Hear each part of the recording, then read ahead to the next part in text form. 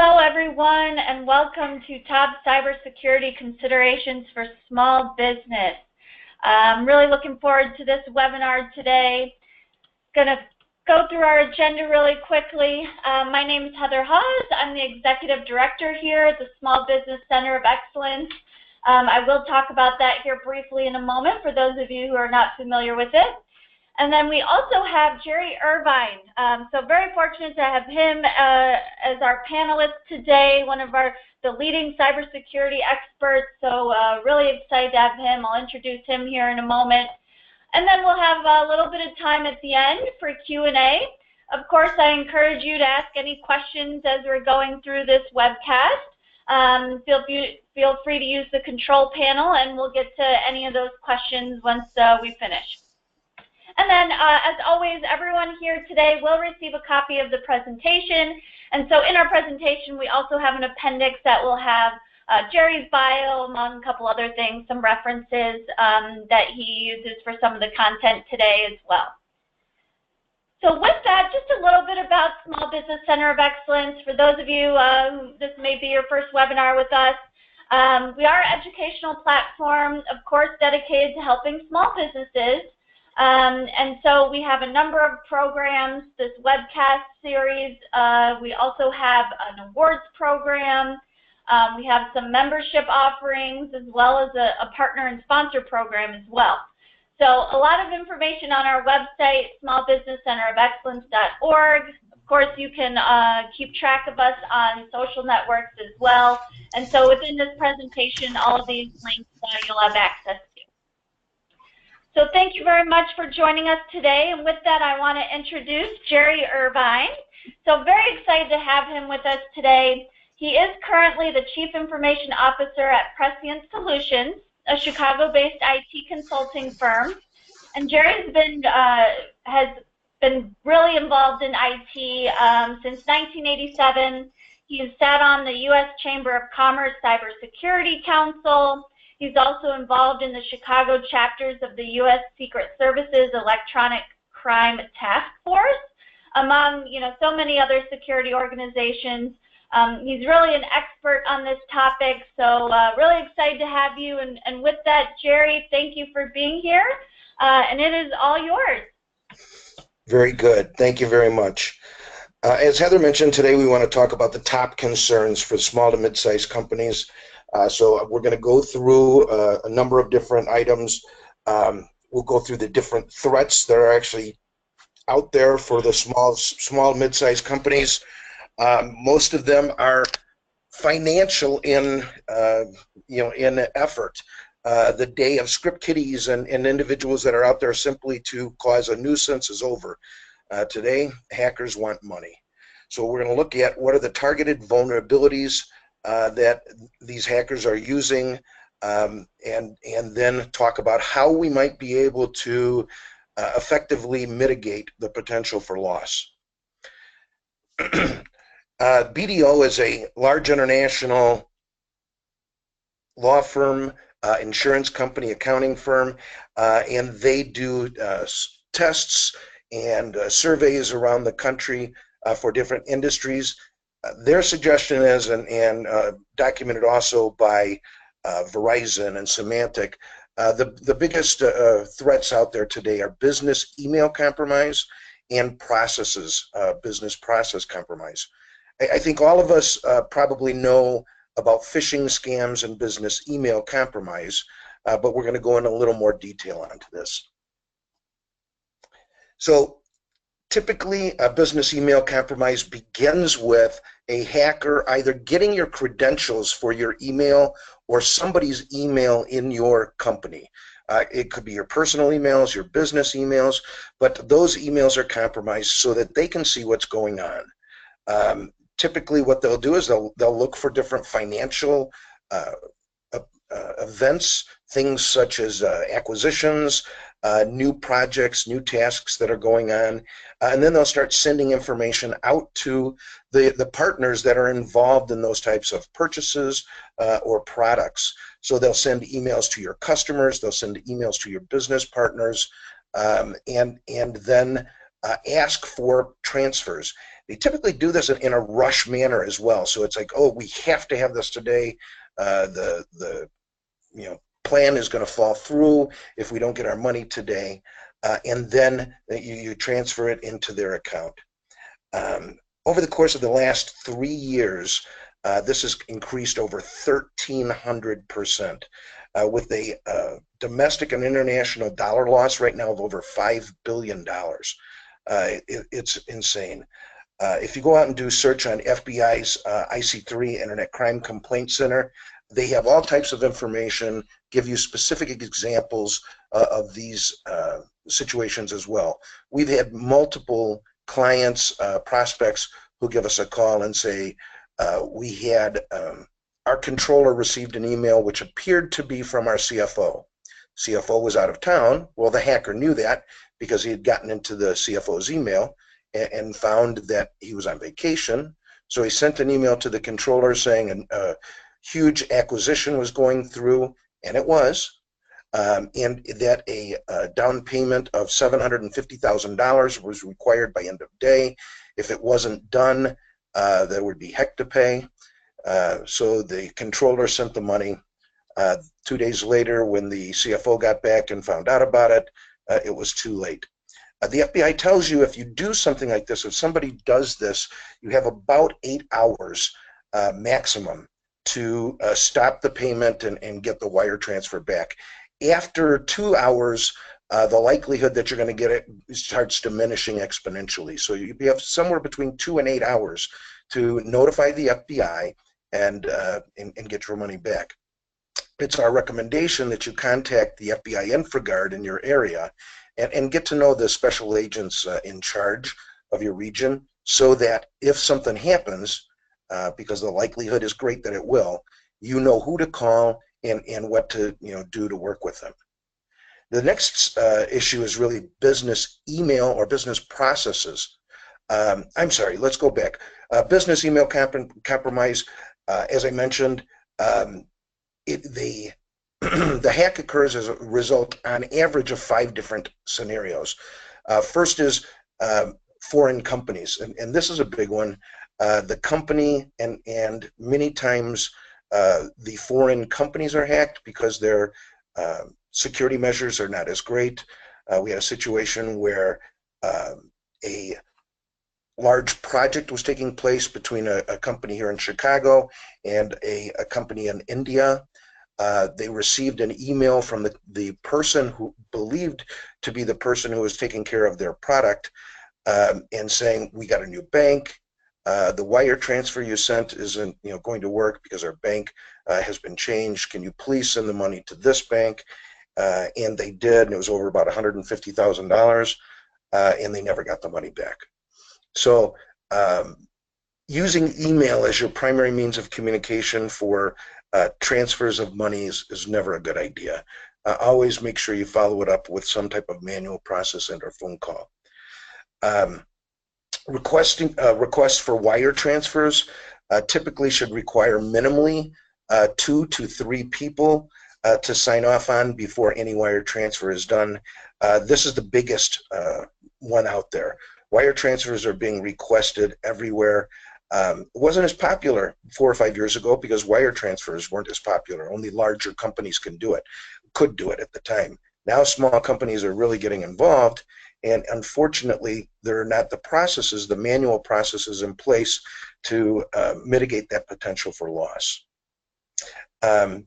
Another issue with email is if I send you a phishing scam, or if a hacker sends you a phishing scam with malware on it, typically one of the first things the malware will do is to download all of your email contacts, both on your business email contact application, whether it's Outlook, Google Mail, as well as your personal. So it's going to download all of your contact information, and now the people are going to, the hackers are going to have the information they need to reach out and fraudulently act as if they are you in order to get people to transfer money.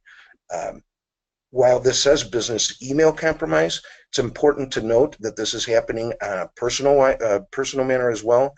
Emails are going out suggesting that people with grandkids or family or even just law enforcement agencies sending you emails saying that if you don't make a fine payment that they're going to come arrest you. So anytime anybody requests any type of money and email, it's important to have the manual process in place to check and see who it is. The next one, business executive and attorney impersonation, is extremely prevalent as well. As I mentioned, in our first example, the controller got an email from the CFO. Even in my company, which is a cybersecurity company, our accountants get emails from our CFO multiple times, what appears to be our CFO, multiple times requesting wire transfers and payments for specific types of accounts. So it's extremely important to let your clients know, let your business partners know that there will be no request for financial transfer, without the appropriate paperwork and communications. A little twist on the end here is emails now that are starting to go to human resource departments, bookkeeping and accounting. In addition to requesting funds, now what they're doing is requesting personally identifiable information. So W-2 information, so that they can get more information on your partners and your employees, as well as social security numbers and things of this nature. Although there are rules in place that state you should not be transferring any type of PII level 1 or PII level 2, which includes employee compensation plans. Many times small to mid-sized companies do provide that information via email. If that's going to happen, it needs to be in an encrypted email and only to the appropriate individuals. So just best to let your HR departments and bookkeeping departments understand that they can never transfer any type of personally identifiable information via email or over the phone. Next slide. The next risk or threat that's out there really is a business process compromise. We really haven't heard much about this, but it happens all the time. This BPC is kind of a new terminology for it, business process compromise. In effect, what it is a breach. Again, the hacker gets into your system either via some type of target surface area. Once in your information systems, what they do is they put sniffers on the wire. They put keystroke captures on people's PCs, and then do cookie snatching from your PCs to grab either personally identifiable information, credit card information, user IDs, passwords. But the goal here is to grab as much information as possible until their systems are detected. Detection can sometimes be days, weeks, or even years. While you're going out and doing your day-to-day processes, these sniffing devices and intrusion systems will capture all of your data and just make lists of it until such time as they have enough information to start getting money from you, to gain complete remote connectivity or access, or to start fictitiously making orders and getting products or goods. So it's a huge threat. It's been happening forever. We just now have a term for it, the business process compromise, and something to watch out for. Just as in the business email compromise, there are main scenarios. First thing the hackers are going to do is look for vulnerabilities that exist in your environment. Major vulnerabilities include operating systems. Everybody knows that Windows XP is no longer supported by Microsoft. However, many small to mid-sized companies continue to use Windows XP because their systems are old and nothing else will work with it. Well, hackers can go out there and look just for Windows XP devices and target them to get information. So your susceptible systems and operating systems provide a huge vulnerability for people to get in a malicious type of way. They also look at vulnerable practices. If you have clicked on a phishing attack of theirs in the past, they know that your users are going to click on it again. About 7 out of every 25 phishing emails are clicked on. Websites, going to websites that are either inappropriate or just fictitious websites that have been hacked. They look for frequent visits from your organizations. There's tools that they can use to look at your internet link to see what websites you're going to, and from those websites then determine whether they want to hack them or to send you a phishing scam stating that they're part of that website. Regardless, once they get into your environment, the first thing they want to do is get into the easiest system. Typically that's via some type of user activity, whether it's a phishing scam or something like that, or a vulnerability for operating systems. But then after that, they move from device to device, simply gathering as much information as possible so that they get a full diagram of your network, your devices, your data, applications, everything that you have in order to take your money. The average time from infection to breach is actually over 146 days. We had a scenario of a automobile part manufacturing company in Elk Grove Village a few years ago that called us up, said, hey, I was recommended to you about 3 months ago. We were told, or we had our internet pipe just going so slow we couldn't download anything. We were told to upgrade to the new version. So they went to Comcast, they got a 100 meg pipe from a 1 meg pipe, so it's 100 times faster, and yet it seemed to be 100 times slower.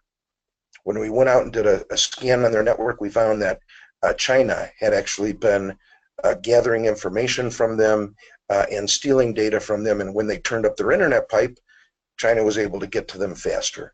So from the time they were infected to the time that this company went out of business was about 6 months, because China had grabbed all their intellectual property and was already creating product and selling it to their clients to the point that it drove them out of business.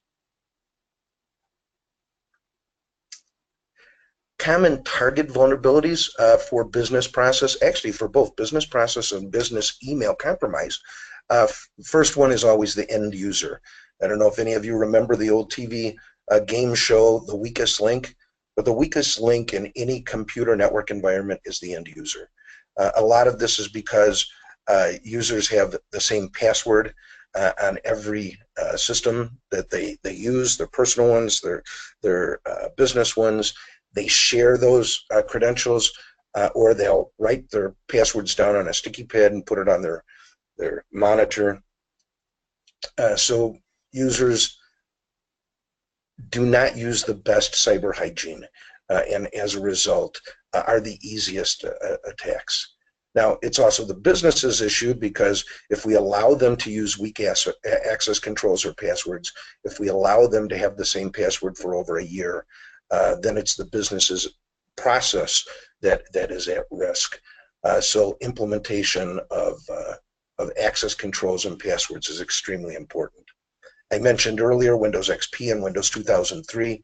These operating systems have not been around, not been supported by Microsoft in over 5 years. Windows 2000 or Windows 7 is going to be discontinued next year for support. So Windows 8 and 10 are going to be the only systems that will be supported for workstations, and 12 will eventually be the only server. It's important to stay current on your systems. Even more important is the patching and security patches that come out. The second Tuesday of every month is what Microsoft calls Patch Tuesday. They download or allow you to download patches for free. They give you a tool called WSUS, Windows System Update Services, that is also free to allow you to patch your environments. Now, Microsoft's not doing this out of the goodness of their heart. They know if that they don't provide you the ability to upgrade their bugs, their systems, then you can sue them for product liability. Because they give you the ability to patch, it's your responsibility to patch. It's also one of the biggest entries for any hacker. So it's important to keep all of your systems patched, not just your Windows, but your Cisco, your Internet of Things devices. All of these things must be patched on a periodic basis.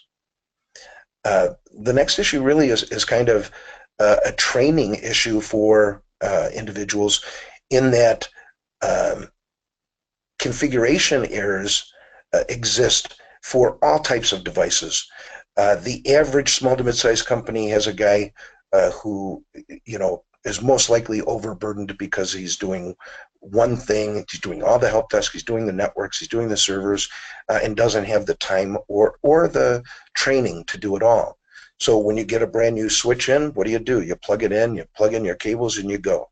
Unfortunately, there is some configuration that needs to be done. The average switch router that we go in and look at has not been upgraded since the time it was installed, and even at the time of installation did not configure all of the features and functionality that could allow the company to protect themselves from different types of malicious activity. So it's important to configure all of your devices correctly, your switches, your routers, your firewalls, even your printers. These things have the ability to be externally accessed and controlled, giving users complete remote connectivity to your internal network. So important to configure them. Also, allowing access via the internet. Today, firewalls are actually kind of useless, because we have our cell phones, we have our laptops, we have our tablets, all of these devices we're using from home, and we're using them to get into our email, to our websites, to our remote applications, to our remote control devices. And so every single thing that we need to do requires that we open up a port on that firewall, providing some type of logical access to our users that are remotely. So our firewalls now look like Swiss cheese. That type of security is no longer accessible, or is no longer appropriate in today's world. Not that you can't have it or don't need to have it, you do, but you need to have other devices as well.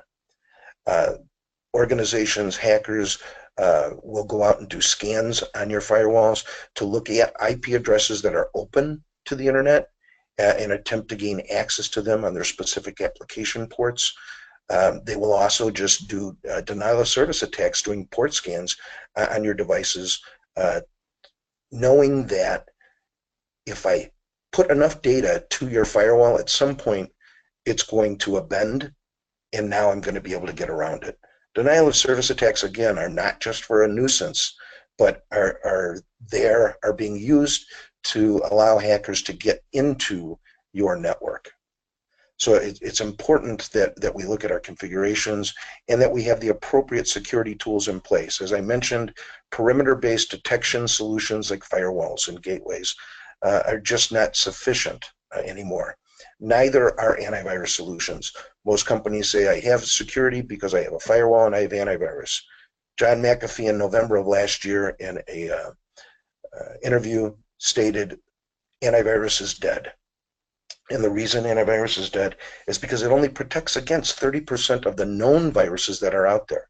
It doesn't protect you against the other viruses that we don't know about, or the other types of malicious activity that are occurring.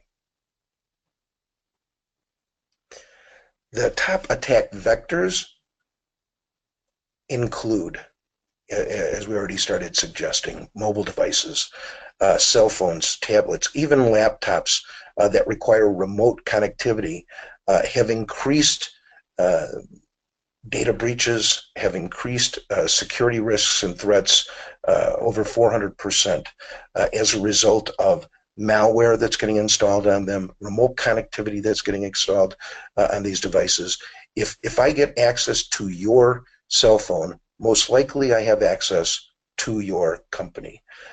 Whether it's through your email system, through a CRM application that your salespeople or yourself have access, even financial applications are being run at mobile devices. And most mobile devices don't even have an antivirus on them, nor do many of them have encryption or passwords. So it's important that we take mobile device security to heart and implement what's necessary. Another big issue is insiders. 4 out of every 10 cyber thefts and threats that occur involve employees. It's not to say that these are all malicious. Many of these are as a result of weak practices, both business practice as well as personal practice, but there are some where malicious activity is involved. So 40% of the threats out there involve employees. We know we could reduce that risk by training, by implementing tools that limit access, that limit ability for a sharing of information, printing and emailing of devices. Again, important that we look at the security for insiders. Insider attacks, many occur as a result of phishing. As a matter of fact, 91% of all hacking attacks start with some type of phishing attack. Now, phishing can be emails, it can be SMS texts, it can be links within Facebook, links within LinkedIn, it could be links on a website. 78% of them are generally emails, and in the emails it could be a link where the typical situation is you'll get an email from somebody that says your bank, says click here and change your password. Well, if you click there, it takes you to a website that looks like your bank, and it's not. The hacker will grab your user ID and password and then automatically send you to your bank and even log you in, but now they have your user ID and password. All right, so clicking on links, opening attachments are extremely dangerous. The same thing within SMS texts, within Facebook links, or any other type of social media. Of the phishing scams that are out there, many of the links and the attachments that are included on them are ransomware. Ransomware is predicted to cost over $5 billion this year, and is already over 50% of that, just statistics from January to June of this year. So it's probably going to be more like $6 or $7 billion this year. Ransomware, for those of you who don't know it, is an application that runs that will encrypt or make your device unusable. They require payment from you, generally in bitcoins or some type of crypto currency, so that it can't be traced, and then they will give you a key. Right now, every 40 seconds, somebody is getting hit by a ransomware attack. That's just incredible. Every 40 seconds. So it's important to understand that, again, virus detection doesn't help you against ransomware because it's only cleaning 30%. Firewalls won't help you against ransomware because they're already in your system. So we have to look at different types of solutions that will protect us from ransomware. And an interesting twist, there is now ransomware out there that is designed to attack Internet of Things devices.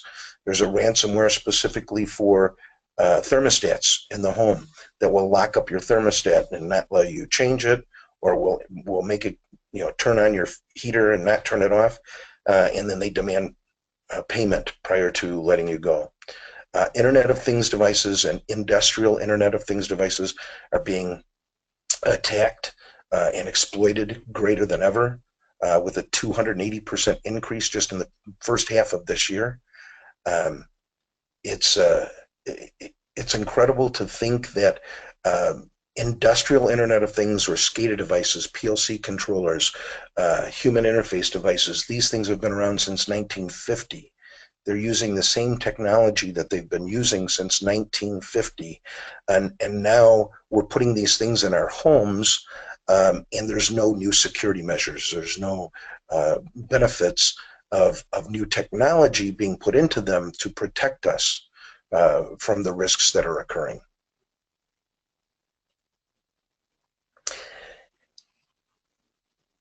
Richard Schaefer, the assurance director, information assurance director of the National Security Agency, was recently interviewed.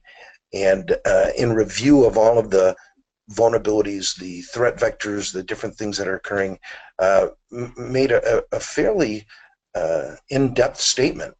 80% of all cyber attacks are preventable simply by just adhering to industry best practice. If we do nothing but what we're supposed to do, our environments will be protected. The potential for loss will be minimal. Unfortunately, we're not doing that. So how do we do that? What are the things that we need to do to protect ourselves?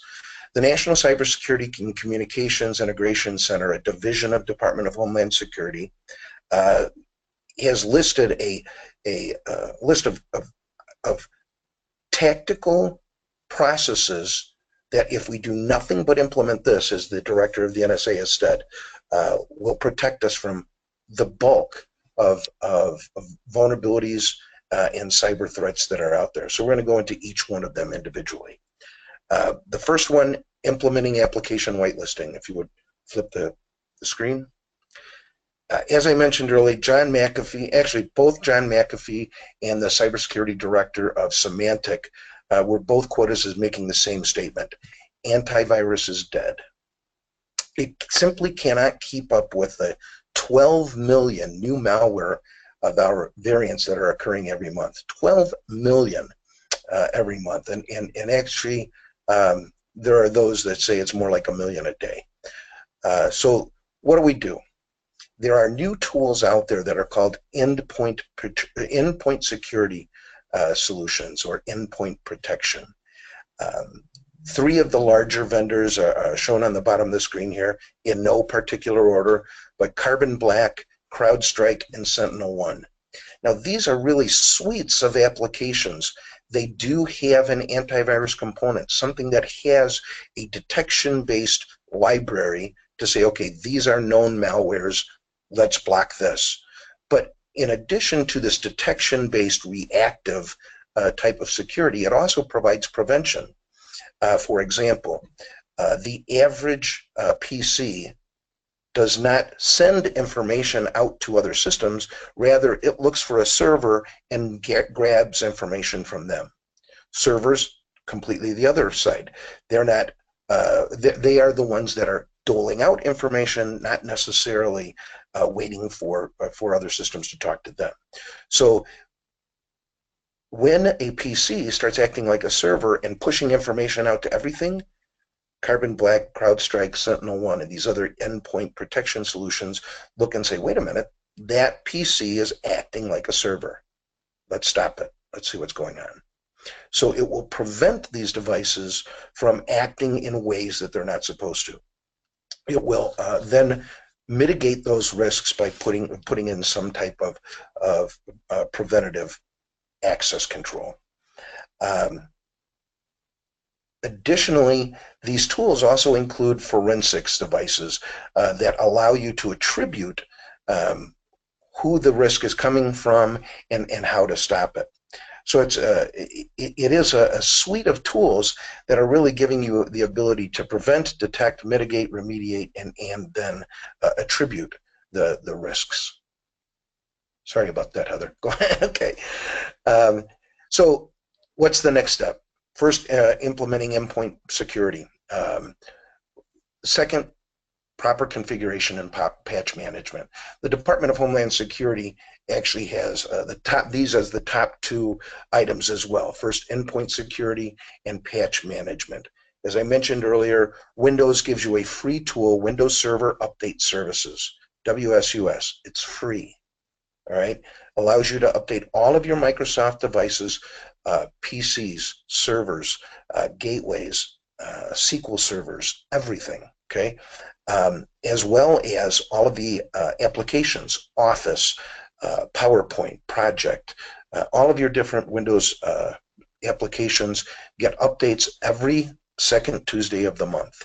Now, if you did nothing but WSUS, that would mitigate most of your vulnerabilities. However, there are vulnerabilities in Cisco. There are vulnerabilities in Linux and in different systems. So GFI and Manage Engine are both patch management solutions that allow you to configure them for the devices you have and to implement automated patch management solutions and to provide the security that you need. The other issue is configuration management. And just for an example, while doing patches on a Windows server is great, right? You still need to understand how user IDs and passwords and how the servers themselves should be configured. Microsoft has a tool for that called System Center. Right? They also have built into every server what is called Industry Best Practice Analyzer. Used to be a separate application. Now, if you just go to the Configuration Manager within Windows Server, you'll see an option in there, a Best Practice Analyzer. If you click on it, it will tell you if Active Directory is set up right, if your DNS and your DHCP and all of these different configurations are set up right or not. If not, it'll come up and say, no, this is in violation. Here's how to fix it, and even help you fix it. So a very important tool. Puppet is a very similar tool for non-Microsoft products, although it does have some benefits for Microsoft as well. And then CF Engine is another great tool. So these are tools. Look at your proprietary applications, whether it's your financial institution application, your CRM. They will tell you which configuration management device or application is better for them. These tools allow you then to manage when updates will be done, how updates will be done, and who has the authority and rights to do it. The last thing in this section is vulnerability assessment tools, application and vulnerability assessment tools. In the old days, companies didn't make as many of their own proprietary applications as they are today. That's due in some part because companies are building their own mobile applications. These mobile applications, most of the time, have multiple vulnerabilities that allow hackers access to the application and then to the mobile device and then to your network.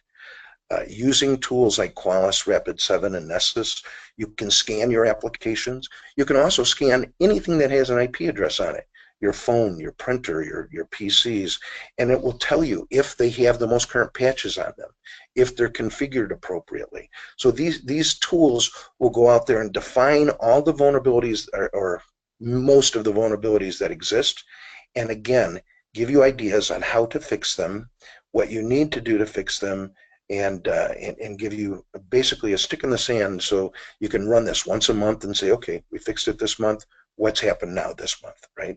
Because things continue to change. All right, number 3 and 4 kind of go together.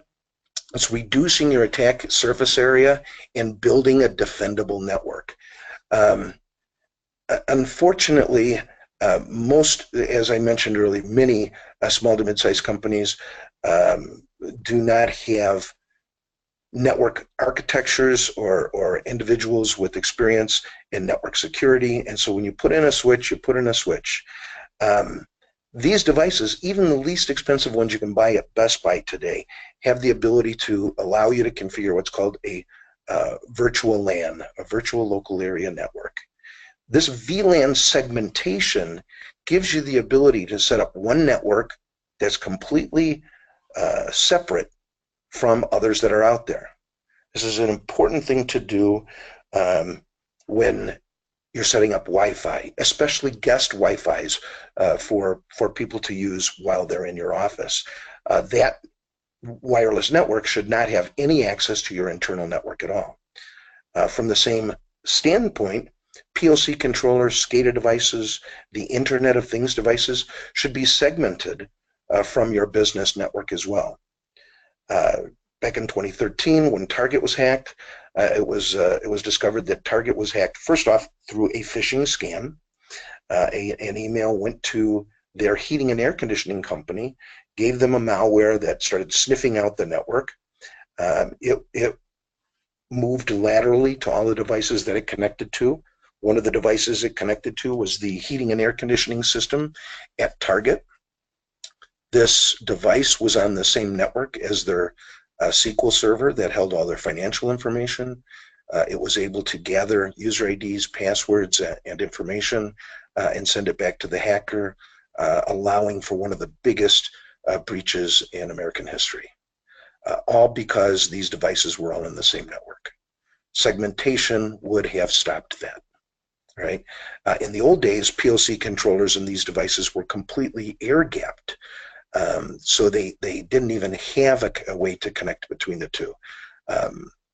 That today is more difficult because of the reporting and emergency alerts and things that have to occur. However, new devices that are aware of industrial internet devices and Internet of Things devices allow for segmentation and then allow for encryption and controlled access to these devices, as opposed to just keeping them all on the same segment. This is a very important step. Segmentation is critical in today's environment.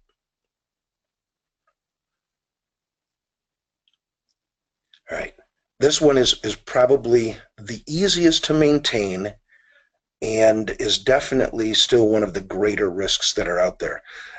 Today in the United States, the average password continues to be password. There's absolutely no reason for that.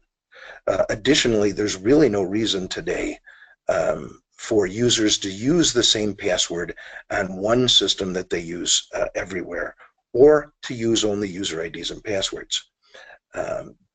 Even Facebook and other social media applications, your banking applications, all of these applications allow for the ability for multi-form factor authentication, to use a combination of a PIN, a user ID, and a text that goes to your specific device, or a fingerprint and a user ID and password.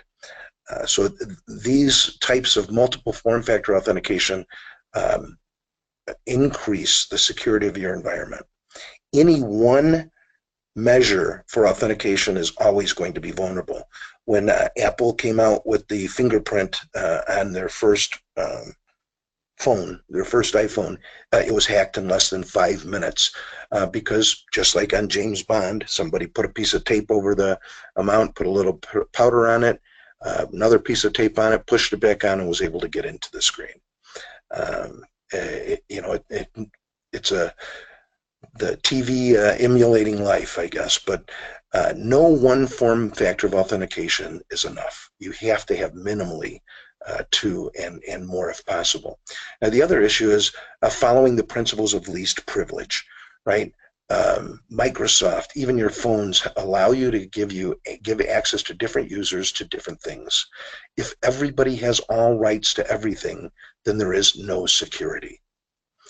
It's important to categorize your data to find what departments, what individuals within departments need read write, need read write change, need delete, and put those in. New tools and stuff exist out there.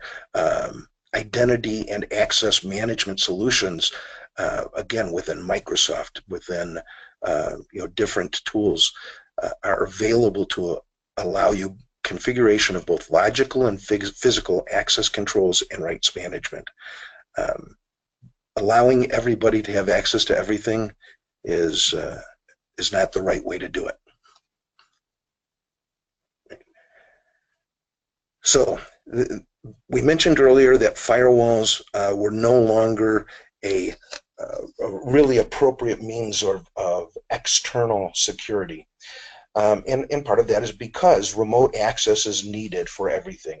You have your mobile devices, you have applications that are communicating. Additionally, you have cloud service providers out there that you're communicating 4 or 5 different ways. You're communicating to this cloud at the same time you're communicating to your internal network and to other devices.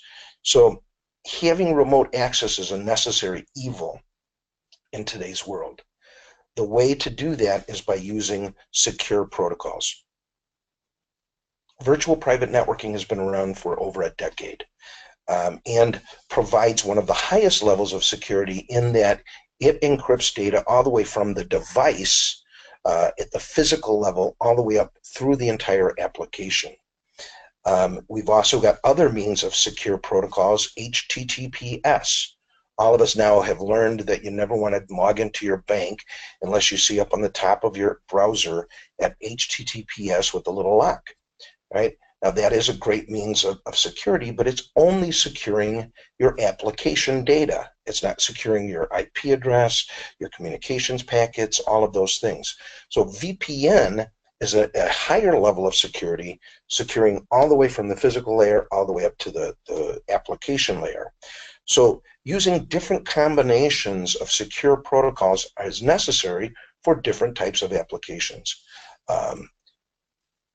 Protection of critical infrastructure facilities and devices should occur only within a VPN solution, whereas other types of applications can use HTTPS, and then others can go on and do hybrids of both. But it's important that you look at and work with your service provider to get the most secure level of communication to every one of your devices. But more importantly, what you need to define is an incident response plan for once your data is breached, because it will be breached. The director of the FBI says there's two kinds of companies out there: those who have been hacked and those who don't know they've been hacked. So we must have an incident response plan that states what we do at the time of a breach, what do we do before a breach in order to protect ourselves, how do we analyze it and get monitored and alerted on these things, but then at the time of breach, what do we do to mitigate the potential for additional loss, as well as to remediate and to regain all of our services. The last section is monitoring and responding, and this is important. Many organizations look at this and don't believe it's necessarily a regulatory compliant requirement. However, whether you're in the financial industry and have to adhere to GLB, PCI, or you're in the medical industry, you have to adhere to HIPAA, or if you do anything with the feds and you have to adhere to FISMA, monitoring solutions are required in 100% of these environments because they want you to understand what's going on in your network. You need to be able to monitor utilizations so that you know your systems are accessible. You need to be able to monitor the logs so that you know if anybody is attempting to get into your network for security and confidentiality. And you need to know if your systems are running appropriately just for integrity of your data, so that confidentiality, integrity, and accessibility can all be managed and controlled by the implementation of monitoring and alerting solutions. Again, Microsoft System Center provides this type of work or this type of service. Other solutions, especially for the small to mid-sized organizations, include WhatsUp Gold, SolarWinds, and Spiceworks. Some of these are shareware solutions. Spiceworks is a shareware solution that you can pay a little bit more for and get some really good support. WhatsUp Gold and SolarWinds are very inexpensive and provide almost as much as System Center or Footprints or some of the other tools that are out there. We also want to look at filtering and logging. In the old days, applications like WebSense were used simply to block inappropriate access for individuals going out to the internet. Most of these, that's how they started out. They were blocking inappropriate sites, hate sites, things of that nature. Now, these tools not only allow you to block what's going on in the internet in your environment, but also look for protocols for communications, for activity that's going on that is typical of malicious activity. OpenDNS is a new product. Now Cisco has actually renamed that Cisco Umbrella, and Cisco Umbrella works with your DNS provider so that it basically checks to make sure your websites are real and not fictitious or malicious sites before it allows you to go there. So taking all of these tools together, you will be able to appropriately protect yourself and mitigate that potential for loss that exists for the average small to mid-sized company that's out there. Now, it's interesting. The federal government and their agencies are the organizations that monitor us, that apply their regulatory and compliance requirements to us. But last year, the U.S. Security Scorecard did review on different government organizations and defined that there were 35 major data breaches in the government agencies just from April to April of 2015 to 16. The main three categories of government issues were malware, which we discussed could be protected with endpoint security solution, network security, which can be taken care of with segmentation, and software patching, which can be taken care of with Microsoft WSUS or GFI or the different tools that are out there. Security scorecards grade below a B, over 90% of them actually had Fs for software patching, and 80% scored Fs in network security. So the systems aren't patched and their systems aren't segmented, allowing access to malicious users to vulnerable systems that will give them access. It's scary. Even the most technical organizations in the United States are flunking. NASA had one of the worst scores of all the 600 government agencies that are out there. So important for us to understand this isn't easy. It's not that it's difficult technologically, it's difficult from a process. So implementing the appropriate policies, processes, and standards necessary to get these tools done, implemented, and used will allow you successful security management solutions. Thank you so much. If there's any questions, you can type them up and Heather will forward them to me.